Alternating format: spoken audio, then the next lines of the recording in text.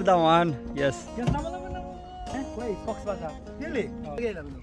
তোমার লাগে কন্যা দেখা আচ্ছা আমাকে কন্যা সারা করতে পারো না গাইস মোবাইল না কই গেছে আমরা আমরা তো তোমার লাইন কন্যা দেখাতে না। কি দা বাজু খিলা লাগে ফিলিংসটা শুনা নাইছো শুনা দীর্ঘ 2 ঘন্টা ড্রাইভ করে আমরা লন্ডন থেকে ফাইনালি বালির সৈকত নামে পরিচিত ক্যাম্পাসনে চলে আসছি। সে গরম বে পার্কিং থেকে উঁচু উত্তপ্ত বালির পাহাড় ক্রস করে আমাদেরকে মূল সমুদ্র সৈকতে যেতে হবে। সেদিন লন্ডনের ওয়েদার ছিল 31 ডিগ্রি সেলসিয়াস। যেহেতু সব দিকে বালু, তাই স্যান্ডেল নিয়ে উপরে ওঠা সম্ভব ছিল না। যাই হোক, অনেক কষ্ট করে ওবায়দুল এবং ফয়সাল উপরে উঠতে সক্ষম হয়েছে।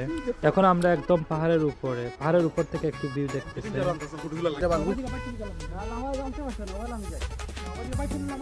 এনিওয়েজ, অনেক স্ট্রাগল করার পর ফাইনালি আমরা আমাদের বিচের একদম পাশে চলে আসছি।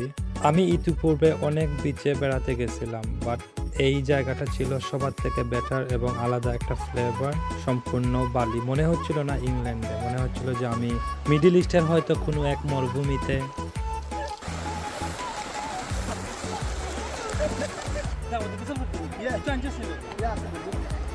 সাগরে যদি বুঝল না ওটা আবার কোনো মানি আছে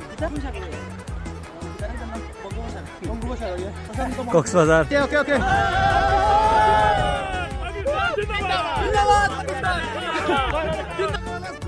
আপনি ক্যাম্পাসেন যাবেন আর ফুটবল খেলবেন না, সেটা কি কল্পনা করা যায়? যেহেতু আমরা 3 জন ছিলাম, সো আমাদের ফুটবল খেলার কোনো প্ল্যানই ছিল না এবং আমরা সাথে বলও নিয়ে যাইনি। হঠাৎ আমাদের সামনে দেখি একটা পাকিস্তানি গ্রুপ খেলতেছে। ওরা আমাদেরকে ইনভাইট করলো, সো আমরা ওদের সাথে জয়েন হয়ে 10-15 মিনিট এনজয় করছি। সব থেকে ভালো খেলার জন্য ম্যাচ শেষে ওবায়দুলকে man of the match select করা হয়। সেদিন আমরা খাবার সাথে নিয়ে যেতে পারি না, আদারওয়াইজ সব কিছুই ভালো ছিল। এনিওয়েজ, লন্ডনে ব্যাক হয়ে আমরা স্ট্রেট ওয়ে কোনো একটা রেস্টুরেন্টে গিয়ে ডিনার করব। Time to go London guys, let's go. আমরা সবাই অনেক টায়ার্ড এবং ক্ষুধার্ত ছিলাম। তারপরে লং ড্রাইভ বলে কথা, লং ড্রাইভে গান নাচ হবে না, সেটা কি কল্পনা করা যায়? যাই হোক, যতটুকু সম্ভব আমরা নাচ গান গেয়ে আমরা লন্ডনে ব্যাক হয়েছিলাম। আমাদের ভিতরে টায়ার্ডনেস মোবাইলের ফটো সুন্দর হয়েছে, তাই আমরা ট্রিট দেন তো তার ফুট হয়েছে না।